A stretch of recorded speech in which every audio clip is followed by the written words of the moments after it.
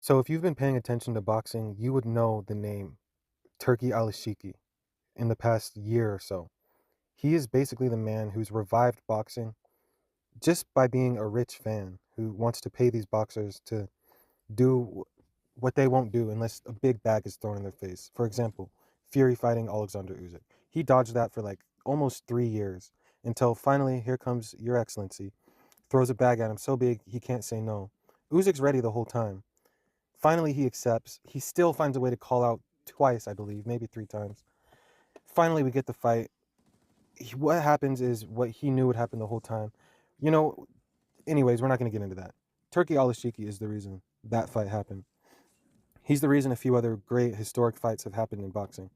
And now he wants to make history again in boxing. And let me just read the headline I came across on Twitter, or X.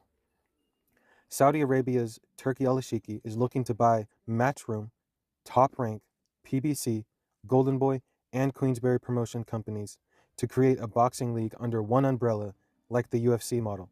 This could be worth $5 billion to establish, but it would change the landscape of boxing.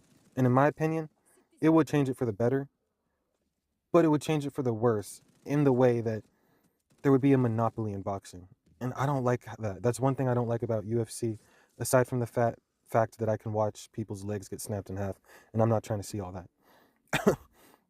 I don't like it. I just don't. I know I'm not the only one. So what I want to see is maybe he can do that, but he still doesn't. He gives up a power. Like he doesn't have any power. That way, there's no monopoly. There's still like maybe there can be a, I don't know, like a courtroom of people or something, like a jury or something that decides, no, this needs to happen. No, this needs to happen. Turki Alashiki gets to say, well, I want this, and maybe his opinion has a lot of weight, but like he doesn't influence the like council, let's say, and then the council takes a vote on what fight should happen or how this fight should happen.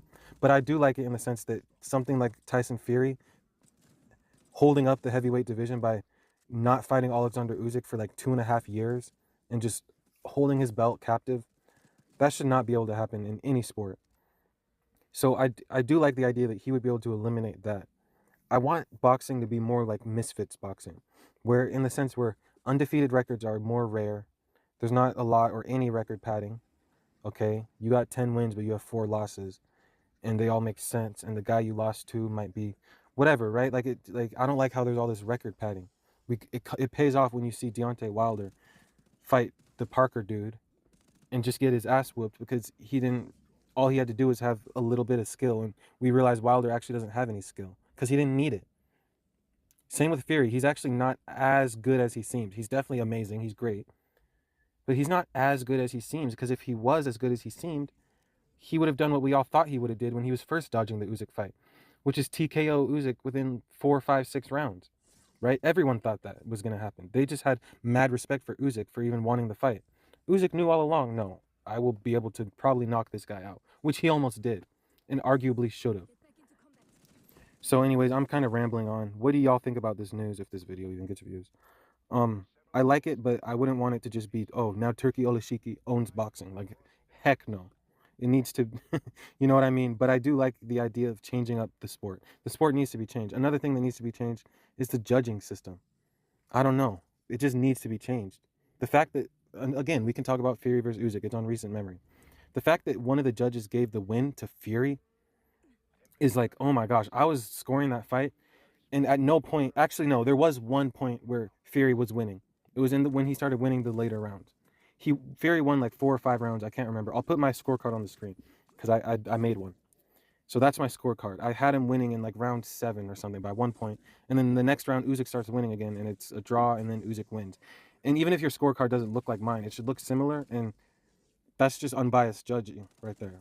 Yes, I wanted Usyk to win. Yes, I had biases. Yes, I don't like Fury, but I did score that as unbiased as I could. And if you were watching with an unbiased eye, it's pretty obvious that yes, the fight was somewhat close, but Usyk very, very clearly won that fight. Just like Ryan Garcia versus Devin Haney. Technically, yeah, that fight was close, technically speaking, but realistically, Ryan had like 3 knockdowns taken away from him. Probably not, that's an exaggeration, but he at least for sure had 1 knockdown taken away from him. Probably 2 of them. They were counted as slips when they were actually knockdowns. And aside from that, like if you just watch it as a fight and you're not even judging, it's so clear. Like you would say, yeah, Ryan absolutely won that. Even though if you get technical and you look at it and with an unbiased eye, the fight was actually kind of close. But yeah. Anyways, let me know what y'all think. Should Turki Alashiki basically essentially buy boxing? Or should this just not even happen? Are you content with how boxing is right now? There's no way you're a real fan and you're content with how boxing is right now. So yeah. Tell me what in the comments what you think needs to change about boxing and how it could possibly be changed. All right, peace.